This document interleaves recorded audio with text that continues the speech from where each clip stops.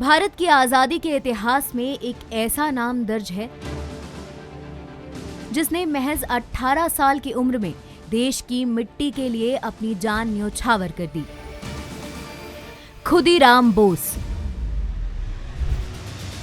हम पहुंचे खुदीराम बोस की क्रांति और शहादत की कहानी लिखने वाले मुजफ्फरपुर शहर की उन सड़कों और गलियों में।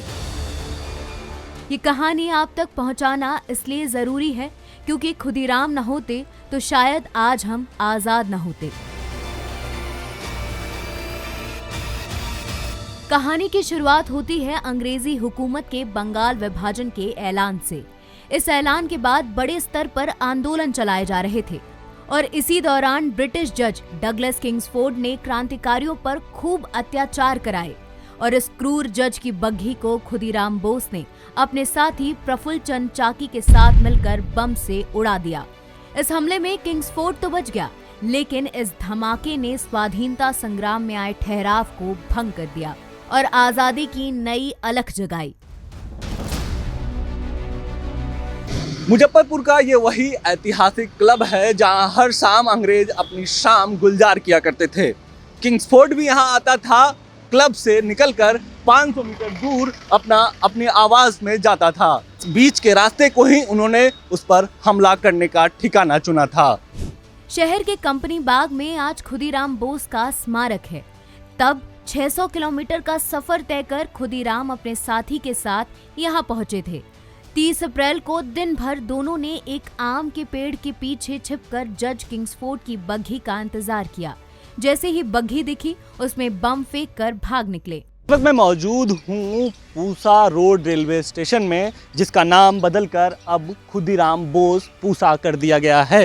ये वही रेलवे स्टेशन है। किंग्सफोर्ड पर बम से हमला करने के बाद वो इन्हीं पटरियों के सहारे, इन्हीं पटरियों के माध्यम से मुजफ्फरपुर से पद यात्रा करते हुए यहाँ तक पहुँचे थे। यहीं पूसा स्टेशन के पास से गिरफ्तार कर लिया गया था, जबकि प्रफुल्ल चंद चाकी यहाँ से भाग गए थे। इस घटना को 114 साल बीत गए हैं, लेकिन सभी इमारतें आज भी साहस की कहानी बयां कर रही हैं। खुदीराम बोस को गिरफ्तार करने के बाद मुजफ्फरपुर के इसी सेंट्रल जेल में लाकर रखा गया था। वो यहाँ 1 मई 1908 से 10 अगस्त 1908 तक कैद रहे थे। 11 अगस्त को इसी जेल में उन्हें फांसी दे दी गई थी।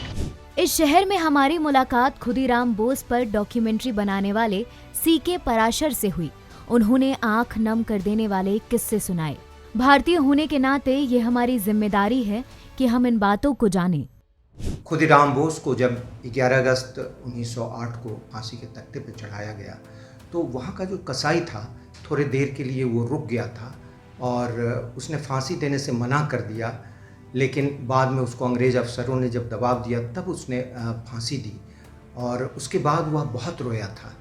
खुदीराम बोस का जो डेड बॉडी था, जो शव यात्रा निकली, तो उसमें हज़ारों लोग शामिल हुए और यहाँ गंडकी नदी है, बूढ़ी गंडक नदी के घाट पर चिता को जलाई गई।